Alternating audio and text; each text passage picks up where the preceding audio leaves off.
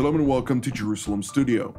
In recent days, Israel stepped up its preparations for various contingencies which may arise in the run-up to and following a planned announcement as early as the beginning of July that it is formally asserting its sovereignty over parts of the West Bank, which includes the Jordan Valley and the biblical districts of Judea and Samaria.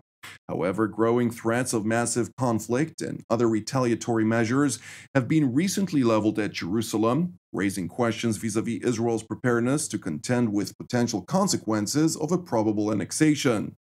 To analyze this matter, we're joined from a location in central Israel by Colonel in Reserve Miri Eisin, who's an Israeli public diplomacy, security, and intelligence expert at the IDC Herzliya. Welcome. Hello. Also joining our panel from another location in central Israel is Colonel in Reserve Reuven Ben-Shalom, who is a cross-cultural strategist and associate at the International Institute for Counter-Terrorism at IDC Herzliya as well. Welcome. Thank you. And joining me here at the studio is TV7 analyst Mr. Amir Oren, and I'd like to immediately dive into this topic. To what degree are we at the critical juncture when it comes to Israel's security, especially at a time of discussions over annexation and international condemnations and so on?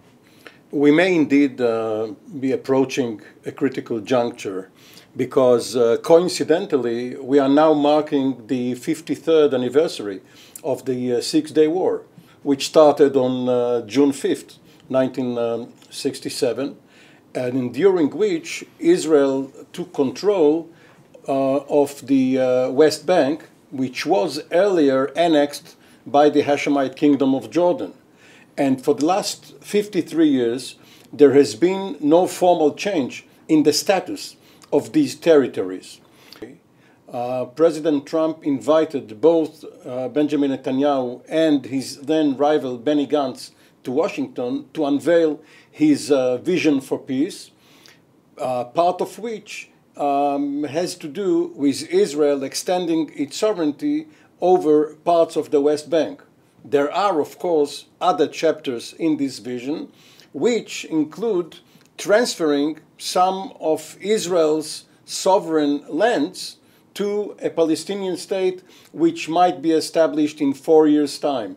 But for the present, what is on the agenda is the extension of Israel's sovereignty to various parts of the West Bank, mostly the Jordan Valley, which is the easternmost part of these territories and which borders the Kingdom of Jordan. Now, Benny Gantz is now Netanyahu's partner in the government, and he has agreed that coming July 1st, Netanyahu would be able to generate at least the beginning of a process regarding this annexation.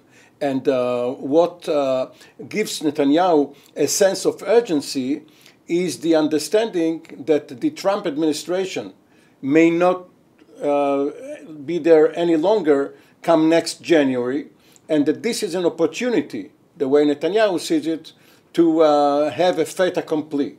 There are, of course, critics who believe that this will cause the Palestinians, the Jordanians, and others not only to condemn Israel, but to take arms or to break relations, and that this is not the best option for Israel. Indeed. Colonel Eisin, I'd like to refer the next question to you.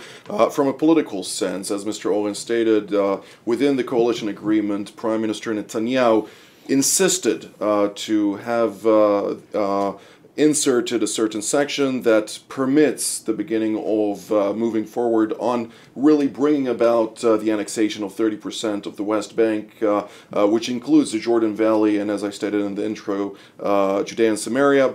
But at the same time, right now, what we're seeing in the past week, we have alternate Prime Minister and Defense Minister Benny Gantz coming out and saying, I have instructed IDF Chief of Staff Aviv Kochavi to start preparations to expedite the preparations of the military and the defense establishment to assure that such an annexation would be able to take place, while separately we see that Netanyahu is doing the opposite. He is trying to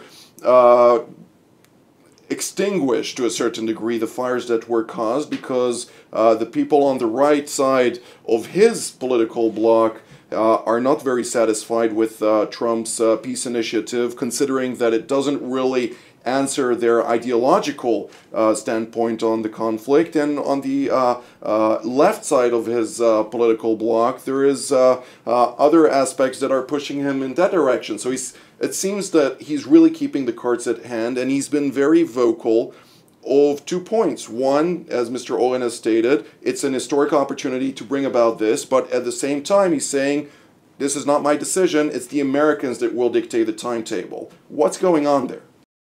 I think that the Prime Minister, who is right now both in a trial, that he is the person on trial in Israel, is trying to do clear-cut actions that he can show that he's acting and not just talking.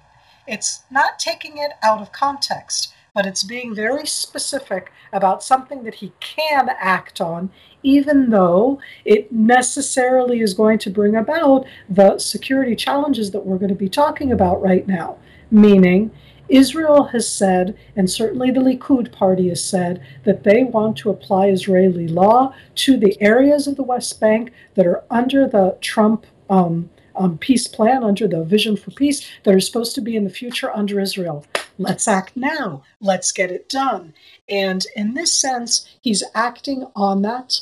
I find it very challenging that both the Minister of Defense, Benny Gantz, and our new Foreign Minister, Gabi Ashkenazi, and I'm talking about 2 lieutenant generals, 2 chief of staffs, 2 people who were over the military, who are looking at this through a very narrow vision, meaning this is one part of a broader plan.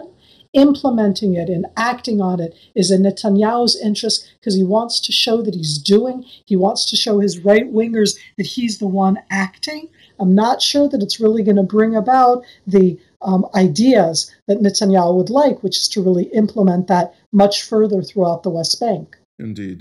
Colonel Ben-Shalom, I'd like to ask you also, vis-a-vis the annexation, you've been quite vocal about the fact, as also Colonel Eisin has stated, that this is just one small part of an entire deal. Nevertheless, this small part is triggering a lot of reactions around the world that are threatening Israel's both security, both diplomatically as well as militarily. There are different voices about, even from the Minister of State for Foreign Affairs of the United Arab Emirates, who came out and said the warming of relations between Israel and the moderate Arab world is not going to continue in that direction unless Israel scales back its statements about annexation in the West Bank and so on. We heard the Jordanian monarch speak about a massive conflict, quote unquote, pertaining to the Hashemite kingdom vis-a-vis Israel, even though he did state that it doesn't immediately mean that all agreements are off the table. But let's talk about the strategic implications of such a deal or such a move of annexation. When we're talking about the vocal statements, both by Benny Gantz, by Gabi Ashkenazi, as you stated, who is now Israel's foreign minister, both of whom are chiefs of staffs with a vast background of strategic understanding for the security of the Jewish state.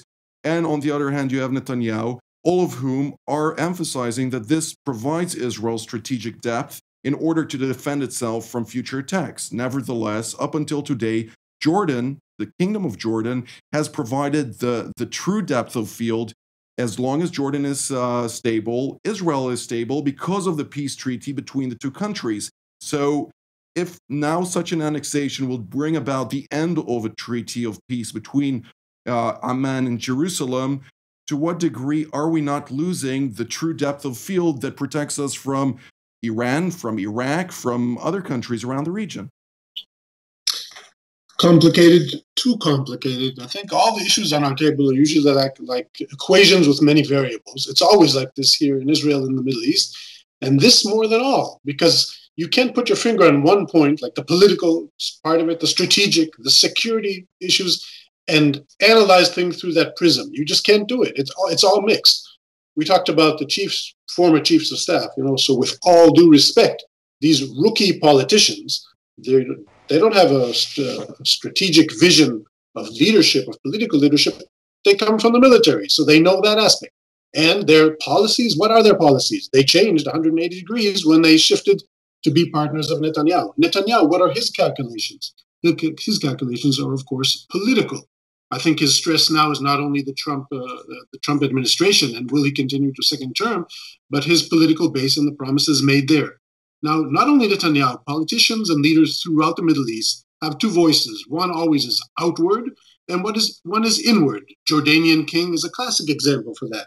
A true partner of Israel, and I think a friend of Israel. We collaborate very closely and promote our mutual interests beautifully. But overtly, of course, in the media, he will always bash Israel and talk about how we murder children in Jerusalem when he knows that's not the case. Everyone does it. Erdogan in Turkey. And Netanyahu does it. Not bad people do it. Politicians, leaders, that's what they do. Netanyahu has to push the annexation idea because that's what he promised. That's what his base expects. Is it the right thing to do now? Personally, I think because of the variables I talk about, too many variables. And by the way, mainly now the COVID-19 issue and the financial ramifications, complexities in the Middle East and Iran, I think all this makes this variable to be a huge mistake to deal with it right now, even though, of course, I agree the Jordan Valley should be ours ultimately. But I don't think it's the right time. I think it's mixing in too many things. I think a miscalculation here will probably lead to an eruption that will challenge us and take our attention, and that's not the right priority right now. So again, too many variables. I would take that variable off the table right now. Indeed. Mr. Oren, the word that I hear over and over again is timing. Is this the right timing to bring about this move? There is no change in an understanding between people who support the annexation now to those who don't support it now, because the majority of Israelis do support this move. The question is really when. So to what degree do you see this as a problematic aspect, politically speaking, and the latest statements by Prime Minister Netanyahu about the fact that it is in American hands to decide the timetable of such a measure? Is this basically stepping away from the election pledge of I'm going to do this, and knowing that come the January or 2020 election in the United States, everything is going to change. Everything is going to change with regard to whether President Trump is once again elected, and then Israel will receive tailwind or not. It's up to the Trump administration in its new formation, of course. And then you have a potential Biden administration that, even though it still supports recognizing Jerusalem as the capital of Israel, it is very clear about not annexing the West Bank and making sure that only through direct negotiations between the two parties, that being Jerusalem and Ramallah, a final status agreement can be achieved. What do you think specifically about the timing of now, and to what degree do you think that all the ramifications and variables of those ramifications that have emerged from the latest discussions, have they already impacted Israel to a certain degree? There are three time frames involved. One has to do with what you and all of us mentioned, American politics. And that does not necessarily signal any specific policy, because President Trump may see it as detrimental to his re-election chances if there is a new conflagration in the Middle East. He has pledged to bring the boys home. He may have a problem doing that if there is some clash between Israel and Palestinians. Jordan involved. There are American troops in Syria, not far from the Jordanian border. So this is one set of problems for the immediate future, which Netanyahu and the rest of the Israeli government have to weigh. Another time frame is the next 18 months before the changeover from Netanyahu to Gantz in the government. This is part of not only their agreement, this is now part of the law, which has been legislated when they took office. So for Netanyahu, it's almost now or never. And later, if you look at into the future, Netanyahu's trial will end sometime. Whether he will be convicted or acquitted, We don't know yet. But he may leave the political scene. So he wants to do it as early as possible. But there is a role reversal, an ironic one here. Historically, the labor movement, which ruled pre-statehood Israel and then for 30 years Israel, was for a practical compromise, telling their ideological adversaries, the revisionists, Netanyahu is the latest heir of these revisionists, telling them, listen, let's take what we can right now, let's count on the Arabs not to do the right thing for their own interests, and we will expand as time goes by. And the revisionists said, no, we have to be pure, we have to stick to our ideology. And the labor movement won within the Jewish population, and their practical political policy won until 1977. Now, what the settlers, or some of the settlers, are telling Netanyahu is you can't agree to Trump's vision of a Palestinian state in return for the annexation. Because what Trump has been saying as a businessman is annex now, pay later. Right now, you can have it, but this is contingent on your pledge that 4 years from now, if other conditions are met, you have to recognize a Palestinian state and give up some of your own territories. Netanyahu tries to wink at the settlers and tell them, let's take it for now. We will worry about the future later. Maybe we will not even get there. The settlers are telling him, no way. We live next to the Palestinians. We don't want to be party to any such understanding. Right now, you are trying to placate us, but 4 years is a very short time. In 4 years' time, you may not be there any longer due to what we talked about right now. But we are going to be faced with a Palestinian state. And there will be practical problems, enclaves, very long borders, very long fences. So Netanyahu expected criticism from the left. He did not expect this criticism. Indeed. Colonel Eisin, I'd like to add on the aspect of the political challenge that Netanyahu has. He did hold earlier this week a meeting with the Yesha Council, which is the umbrella organization, of course, of the local council heads for Israeli settlements in the various disputed territories. And during that meeting, it wasn't a very heartfelt meeting. It was a lot of tension surrounding that meeting, a lot of anger coming from Netanyahu towards them and vice versa. And it seems like the decision that the Prime Minister made in the formation of the unity government, leaving out Yamina, which is the representatives of the settlers in the government, that it somewhat was a calculated decision, knowing that they're not going to accept the entire vision for peace, as Trump mentioned, and as such, they want to adopt the entire peace agreement and don't really want the political sway of the settlers in order to infringe on moving this forward, something that I hear also Mr. Oren speaking about, and it seems that everything is slowly falling into place.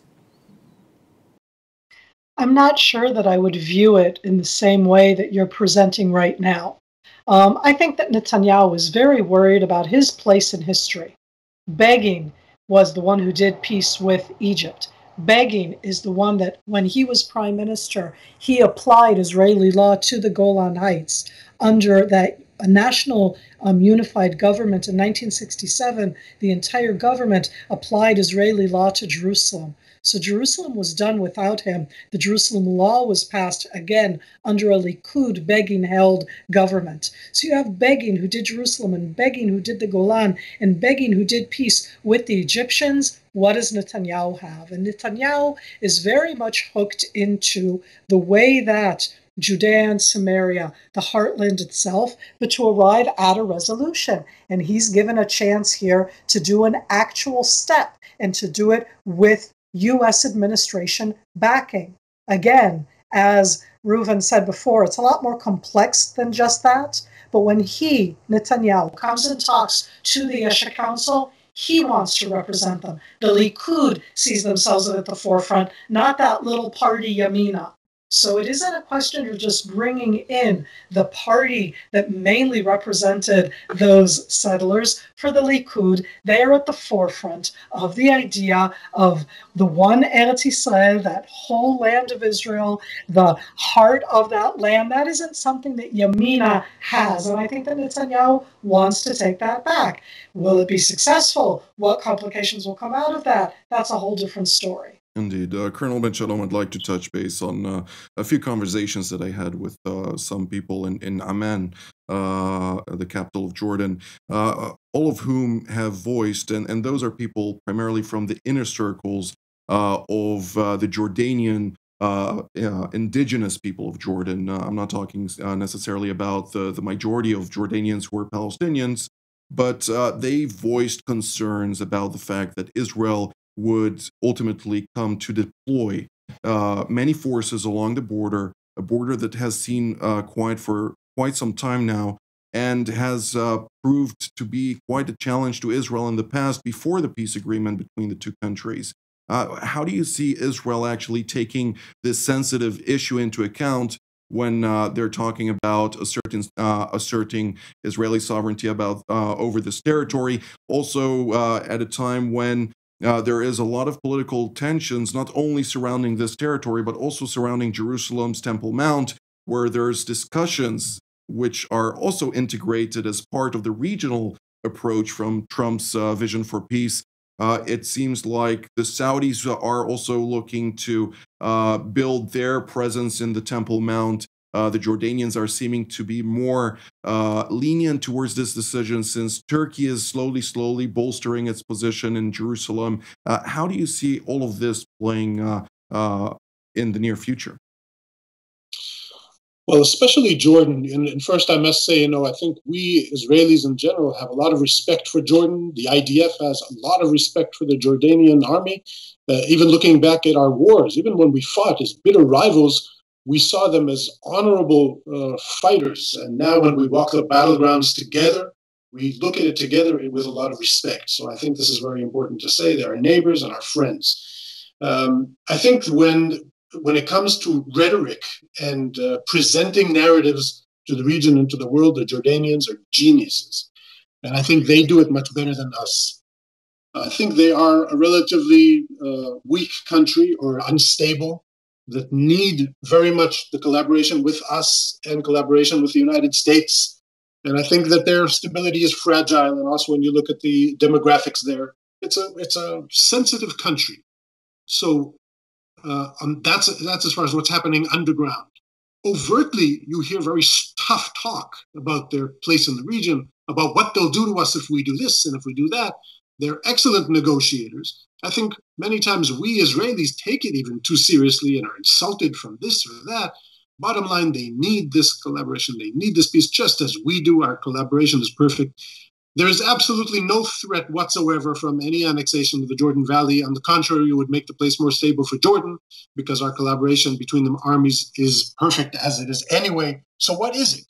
All it is political stance and the way they are perceived to the rest of the world as other players are in the Middle East. Indeed. If we have warming ties with Gulf states, that's perfect. But when we start talking annexation, they can't allow themselves to be seen as approving that, so they will go to bolster their rhetoric towards Israel. Indeed. Well, we're drawing near to the end of the program, and I would like to give each one of our guests and our analyst the opportunity to have a more depth of field to discuss Israel's security challenges, also pertaining specifically to Israel's northern border with Lebanon, as well as Syria, and on the south with Egypt, and see how everything plays out, which we will do in our next program. But before we conclude today's program, I'd like to give each and every one of you the opportunity to have a short analysis, or how do you see the near future coming about with all that pertains to this annexation? Mr. Owen. The Israeli military is not too anxious to have this annexation debate, and if it comes to pass, the annexation itself. Now, of course, militarily, the Palestinians are no match for the Israeli Defense Forces, but this will detract from what the military wants to do on other fronts and in building itself for the future. Colonel Eisin? This annexation could actually bring about a type of violence at a level that we have not seen for many years. I don't think that we want that, and I think that we need to be aware of that. Colonel Ben-Shalom? The IDF many times makes the mistake of talking strategy that even moves on into politics. Many times you find the IDF explaining the government. Here you'll notice they say nothing. All they are doing and all they're saying is we are preparing for the possibility, and if it happens, and if there's a miscalculation, what will we do? And that is a huge task, of course. There is also the financial burden. Israel's economy is in dire straits because of the COVID-19 crisis. Many people are unemployed. The economy is yet to come out of this crisis. And if Israel has to spend billions of shekels for who knows how long, because it may be a prolonged clash with the Palestinians, it will not be the best solution for Israel. Well, this is all the time that we have for today's program. I'd like to thank Colonel Eisin, Colonel Ben-Shalom, as well as Mr. Oren for being with us, and we will see you also in the next program. And I'd encourage you also to join us for the next program to continue to discuss this topic. Shalom. You just watched TV7 Jerusalem Studio. We encourage you to pray for the challenges raised in today's program. If you were blessed by our production, please consider supporting TV7 Israel. The details of our respective bank accounts for donations from Europe and the United States appear on the screen.